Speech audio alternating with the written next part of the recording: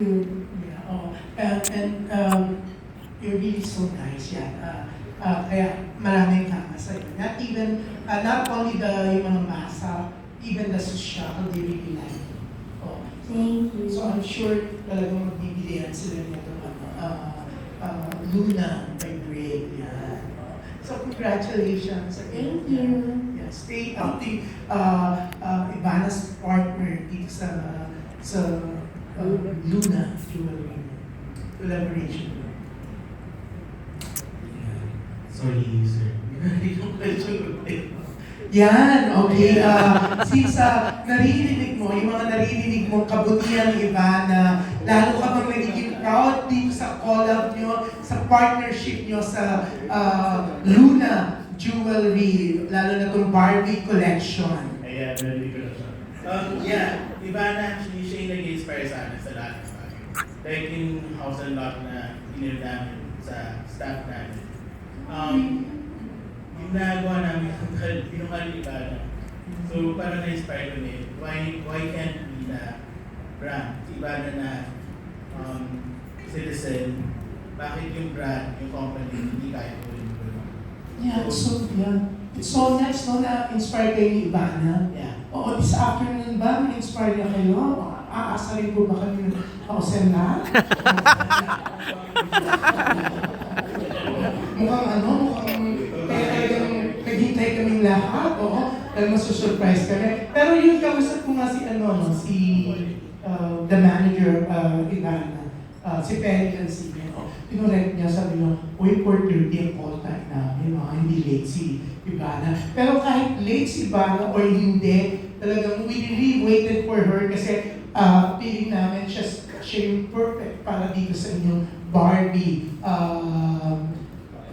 collection, collab.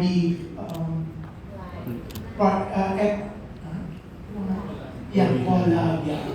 So, congratulations again. Mag-iintay kami sa house and lot. Thank you.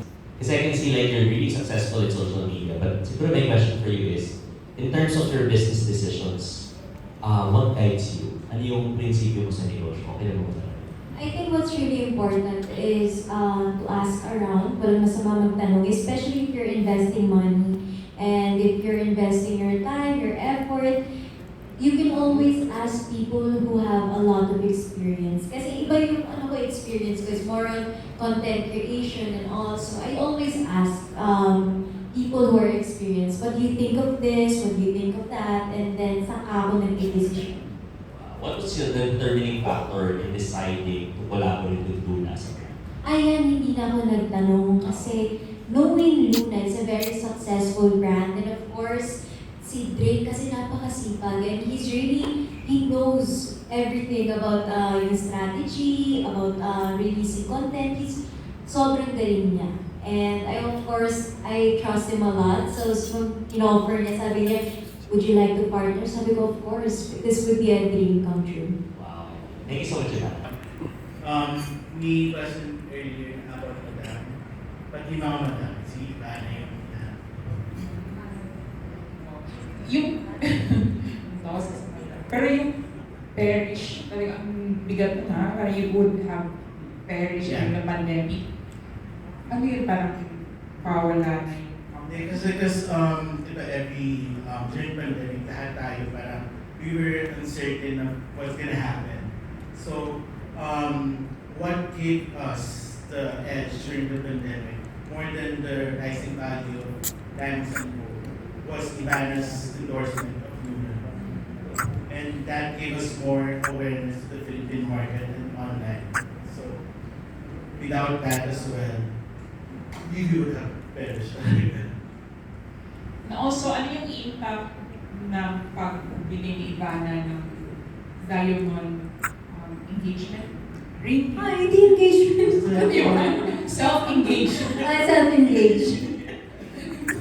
Sorry, ikaw nagpauso ng self-engagement, Ivana. That's correct. Oo. Dahil sa'yo, may mga... Dahil ba kay Ivana, marami din bumili ng self. Self-love rings, yes. Basta lang, marami nang biglang bumibili ng isa sa sarili nila. Now, Alam namin yung ayun din, ang dami ko rin na kung ideas kay Ivana. she doesn't know na unintention, binigyan kami ng ideas. Like for example, that self-love thing. So we plan na yung self-love na ay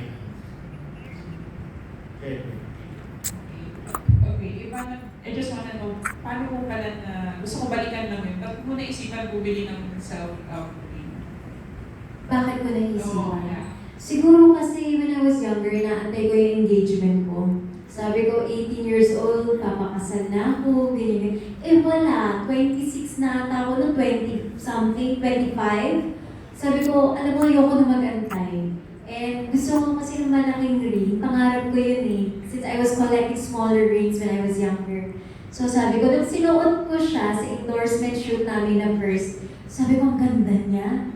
Sabi ko, alam mo, kahit wala na akong TF, parang, this is my dream eh. Yung ring na yun. So sabi ko, tinext ko si Drake, gusto ko siyang bilhin. Kasi ang ganda talaga when you see it and you fall in love with a piece of jewelry. Talagang hindi ka makakatulog. Ewan ko ako. Hindi ako makatulog. Sabi ko, Drake, gusto ko talaga. Sabi niya, ha?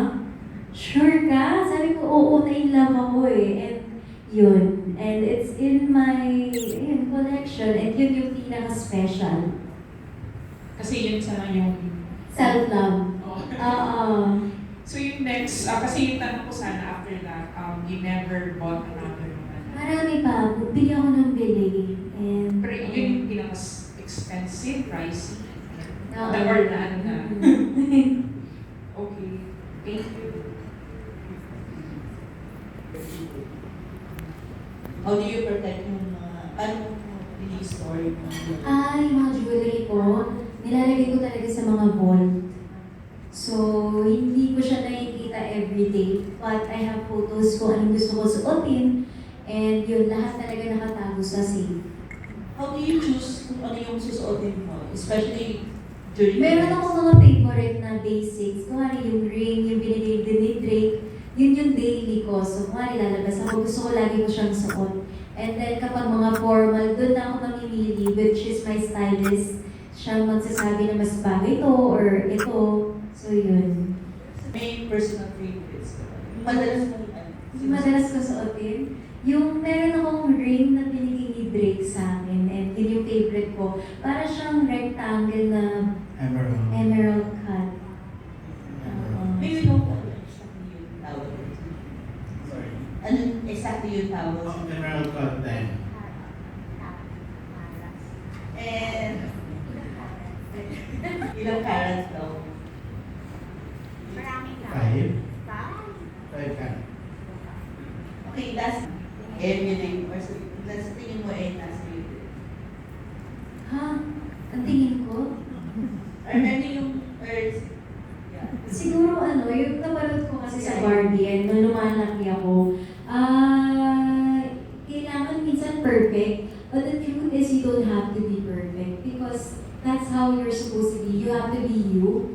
And hindi naman palagi na perfect ka. So, I think when I watched the movie, sabi ko, ang ganda ng storyline. It's really being you and just, lahat ng emotions mo and all is valid. So yun yung tingin ko. And of course, being beautiful kasi syempre Luna is such a beautiful brand. Sorry, clients. How do you feel about that? Do you feel pressure na? I feel more flattered. Stanley has a follow-up. Yung Barbie na kaka-update. Kasi the look, di ba, and the fashion. I mean, talagang perfect. And kaya yung question ko next, nahanap na ba yung Ken mo? Pasok. Secret. Okay. Pero iba na last na. I think Ken hindi pa. Kasi si Ken, di ba, yung parang hindi pa. Hindi sure. Hindi ako sure. Pero again, I'm dating other people. So, hindi ako in a relationship. So, yun. Oh, yun. Well, hindi natanong ka na sa event ni Drake eh, na parang that kind of characteristics you're looking for a guy. Same pa rin ba ngayon? Oo naman, same pa rin. And of course, meron naman ako nakikilala ng mga okay. And hindi naman nagtataas yung standards ko or whatever. Basta ako kung kanino titibok yung puso ko, yun na lang.